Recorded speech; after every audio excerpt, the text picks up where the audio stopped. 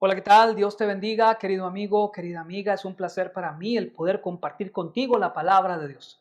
Hoy vamos a desarrollar un tema muy especial. Se titula El plan que vino del cielo.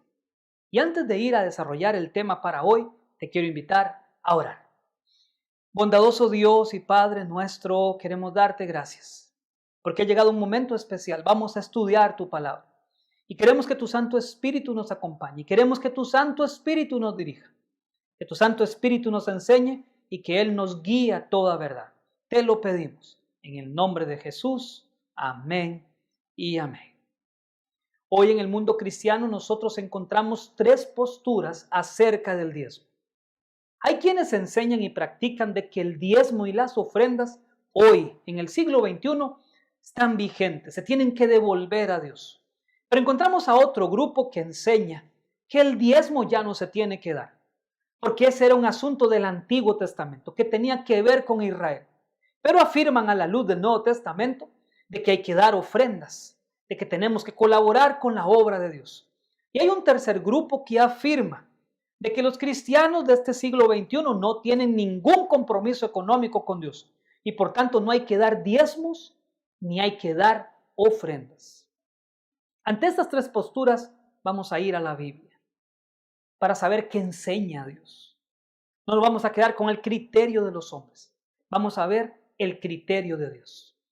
Vamos a ir al libro de Génesis. En el libro de Génesis, en el capítulo número 14, verso 17 en adelante, nosotros encontramos allí la primera referencia acerca del diezmo.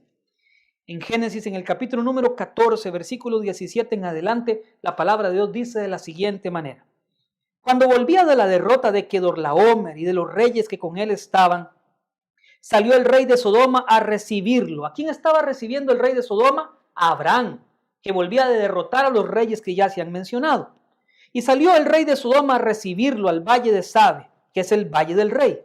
Entonces Melquisedec, rey de Salem y sacerdote del Dios Altísimo, sacó pan y vino. Ahora aparece en la escena un rey y es sacerdote del Dios Altísimo. Verso 19.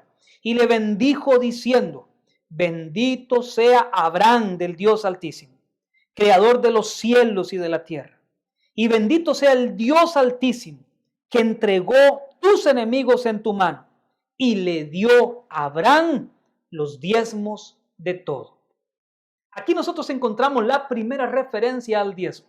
Y es importante señalar que Abraham no era judío. De Abraham vendría el pueblo judío. Así que el argumento de que el diezmo es algo del Antiguo Testamento, pero para el pueblo de Israel, ya se cae. ¿Por qué se cae?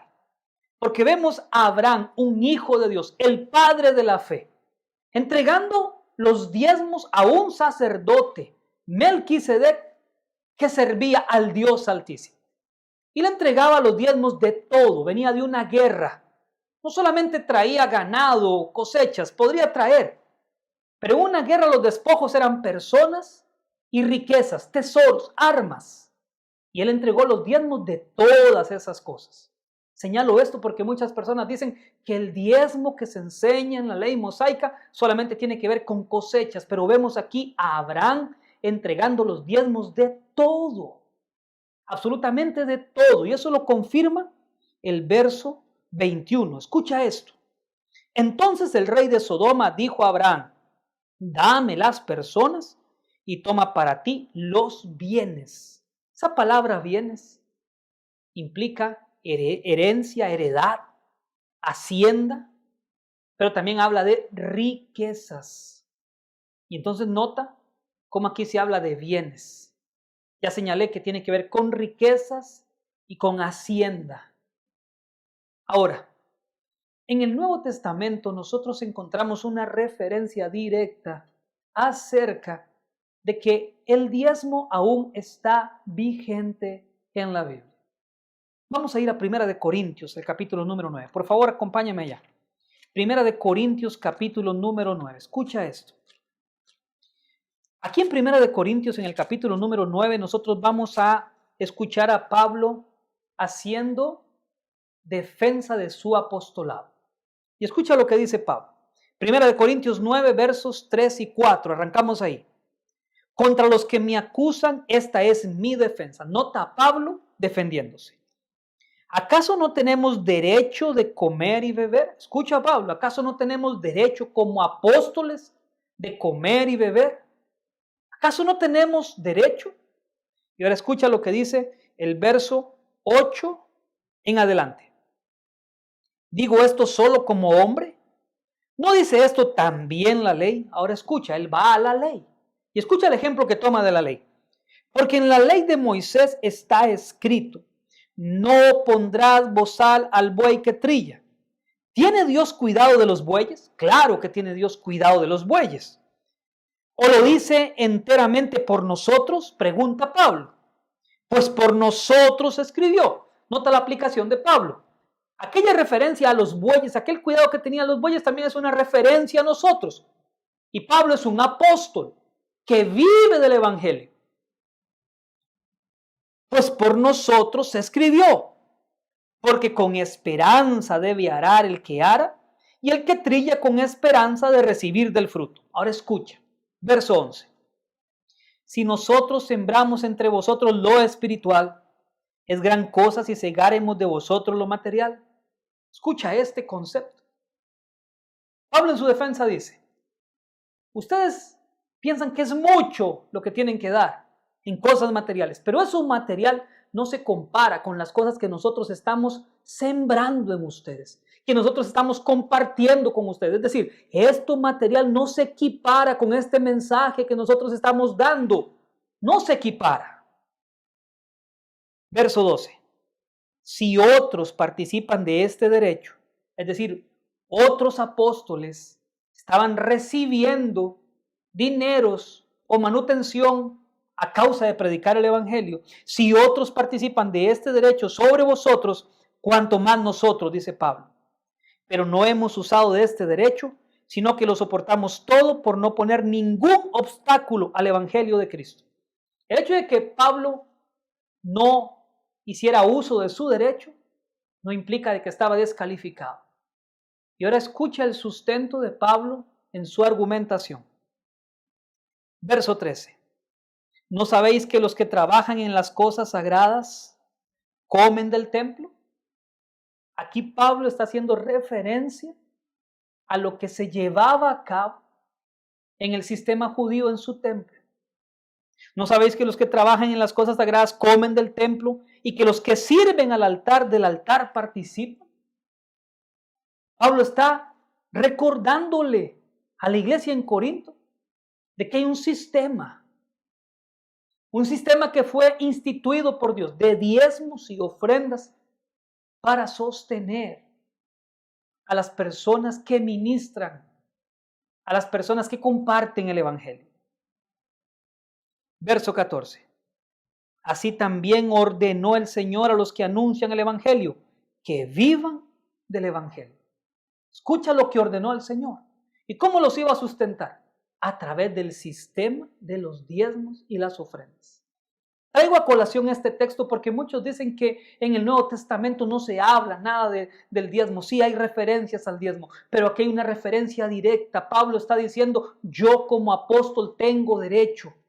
Y si yo he sembrado lo espiritual en ustedes, es gran cosa que ustedes den lo material.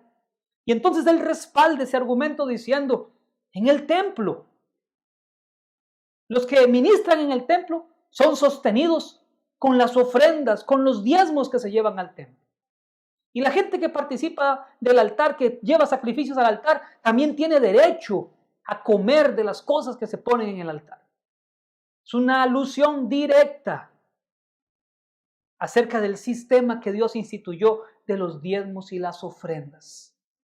Hay muchas referencias más, pero hay una más que yo quiero compartir contigo que tiene mucho peso, y es que Jesús también diezmó.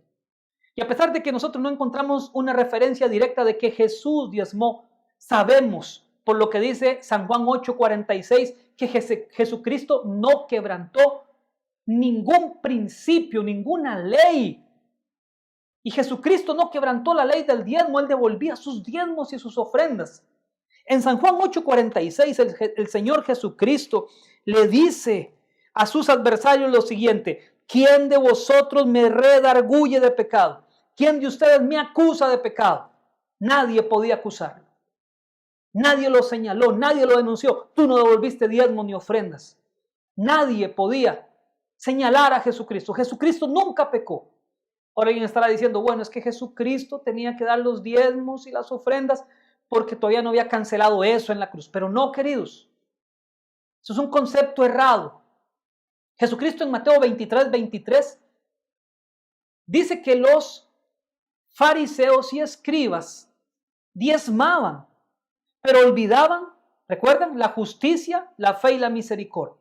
Y él dice, es bueno hacer esto, es bueno diezmar, sin dejar de hacer lo otro. Ahora escucha esto. En el Sermón del Monte, Jesucristo no hizo ninguna explicación ni ninguna anulación acerca del diezmo.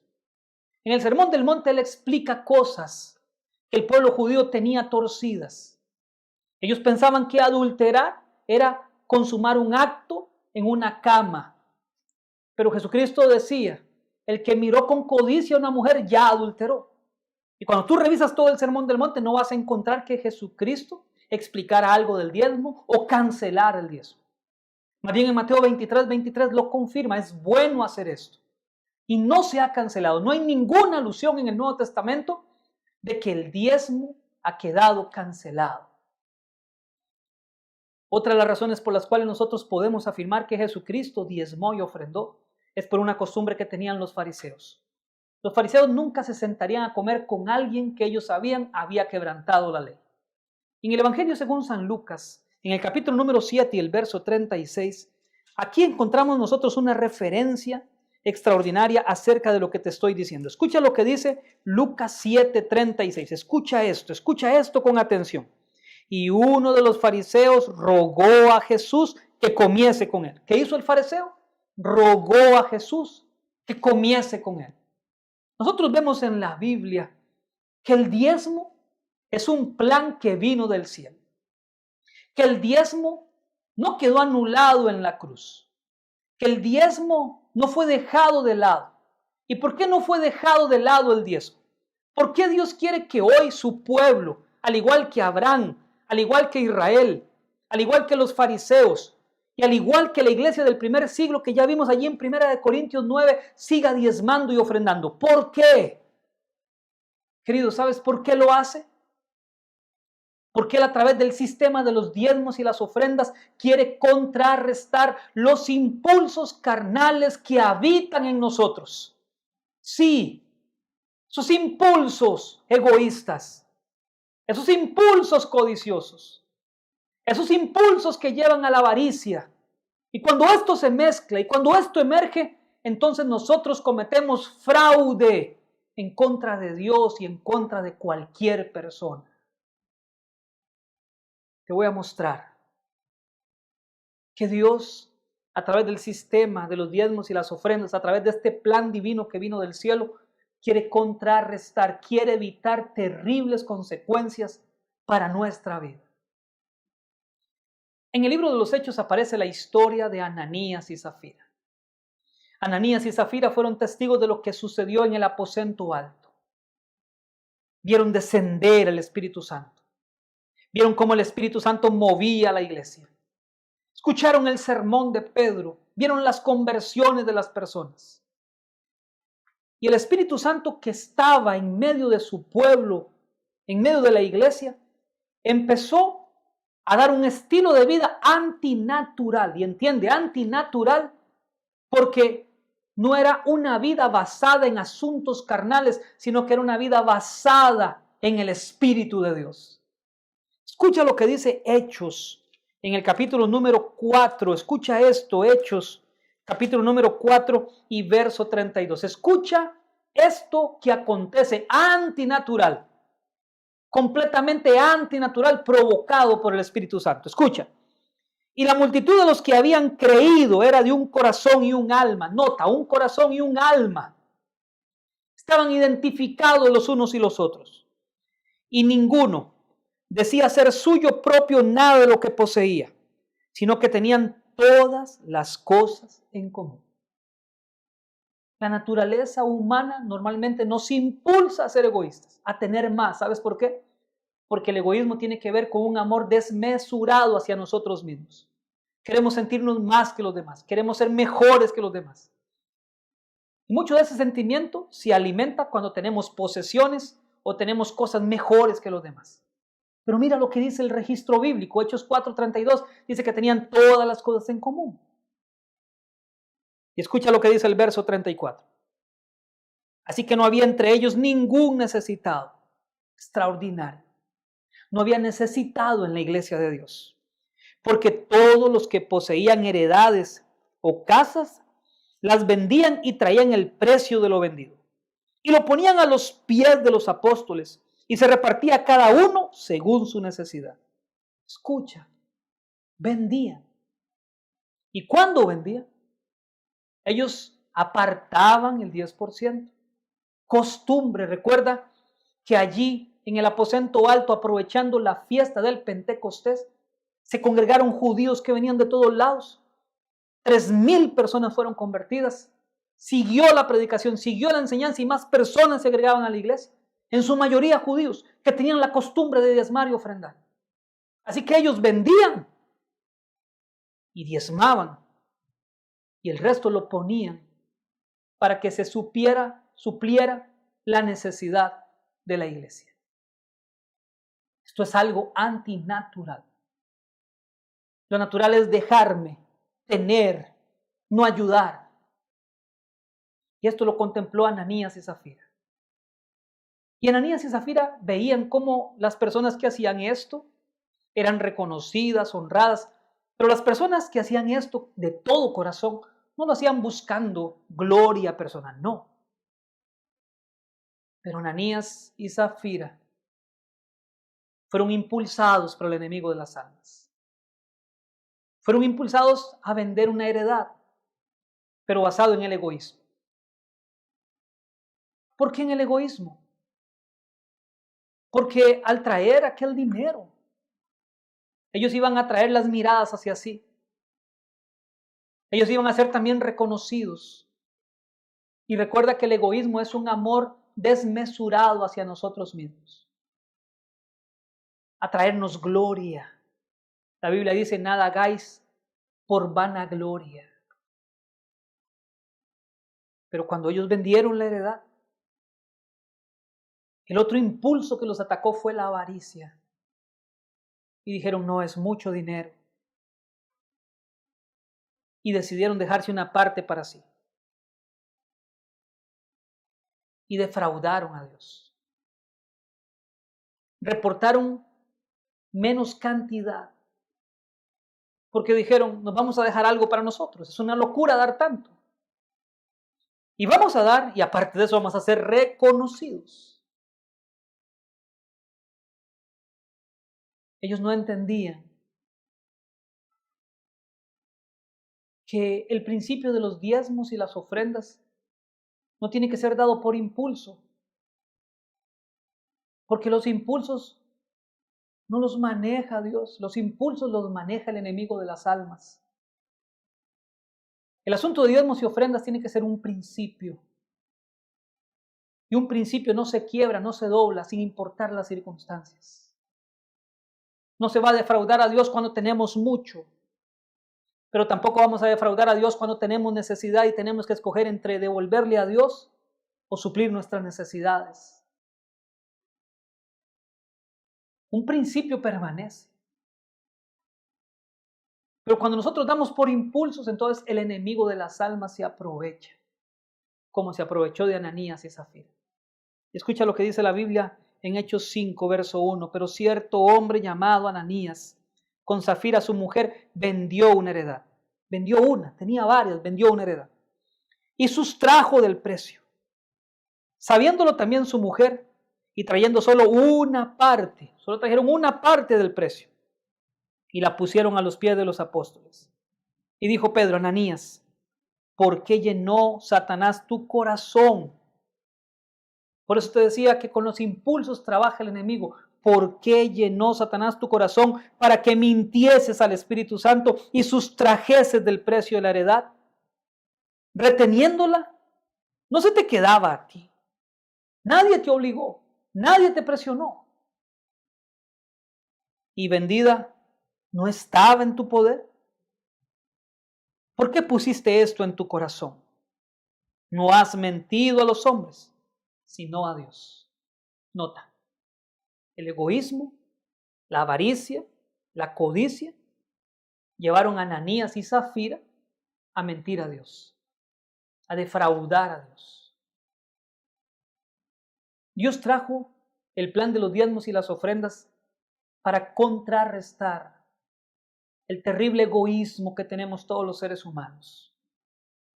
Dios trajo el plan de los diezmos y las ofrendas para contrarrestar la avaricia, la codicia que se posesiona de nosotros los seres humanos, aún siendo cristianos.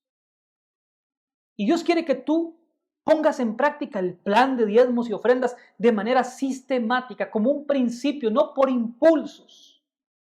Que lo hagas de la manera correcta. ¿Cómo se hace esto de manera correcta? Bueno, tú honras a Dios con las primicias de tus bienes. Cuando recibas tus recursos, aparta primero lo de Dios. El diezmo. Sí, el diezmo, entrégalo a Dios. Y también la ofrenda. Lo que te comprometiste a dar por ofrenda, apártalo primero para Dios. Y luego lo que te queda, entonces empieza a suplir tus necesidades. Honra a Jehová con la primicia de tus frutos. Después, es sumamente importante que tú des con gozo y alegría, porque Dios ama al dador alegre. No lo hagas por necesidad. No lo hagas movido por la codicia. Yo le voy a dar a Dios para que Dios me dé más. No lo hagas movido por eso. Dios no bendice un corazón codicioso, avaro, egoísta. No. Da con gozo por lo que Dios te ha dado. Y recuerda esto.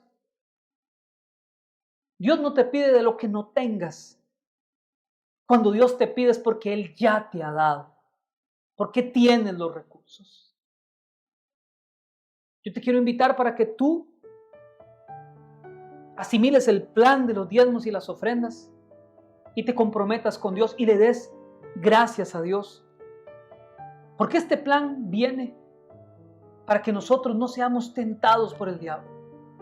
Para que nosotros no seamos traspasados de angustias, dolores, a causa de poner nuestra mirada y nuestro amor en el dinero. Sino que podamos devolverle a Dios lo que a Dios le pertenece. Y también podamos darle a Dios las ofrendas y también al prójimo ayudar. Que en nosotros se vuelva a repetir aquellos elementos antinaturales que se daban en la iglesia del primer siglo. Una iglesia que no estaba concentrada en sí, sino una iglesia que estaba concentrada en agradar a Dios y ayudar a los demás. Yo quiero invitarte a que tú hagas este compromiso con Dios. Dale gracias a Dios. Y dile a Dios, Señor, yo quiero participar de este plan. Pero no quiero hacerlo por impulso, quiero hacerlo de manera sistemática. Y que tú te puedas comprometer con Dios a devolverle lo que a Él le pertenece. El diezmo, la 10ª parte de tus ingresos. Y también aparta la ofrenda. Una ofrenda que sea digna del nombre de Dios. Una ofrenda que cuando otras personas puedan verla, contemplarla, sepan que es Dios para ti. Si tú quieres comprometerte con Dios, te quiero invitar a orar. Bondadoso Dios y Padre, en esta hora venimos ante tu santa y divina presencia para darte gracias por ese plan divino de los diezmos y las ofrendas. Gracias porque a través de él hoy hemos entendido que tú quieres contrarrestar el egoísmo, la codicia, la avaricia, para que el diablo no se posesione de nosotros y nosotros vayamos a cometer fraude en contra tuya. Ayúdanos a despojarnos, ayúdanos a respetar este plan y que tu Santo Espíritu nos permita realizarlo de la manera correcta. En tus brazos de amor nos encomendamos seguros que tú nos guiarás, porque hoy lo pedimos. En el nombre de Jesús. Amén y amén. Recuerda, querido amigo, toma el plan de diezmos y ofrendas para tu vida y yo sé que tú nunca lo vas a lamentar.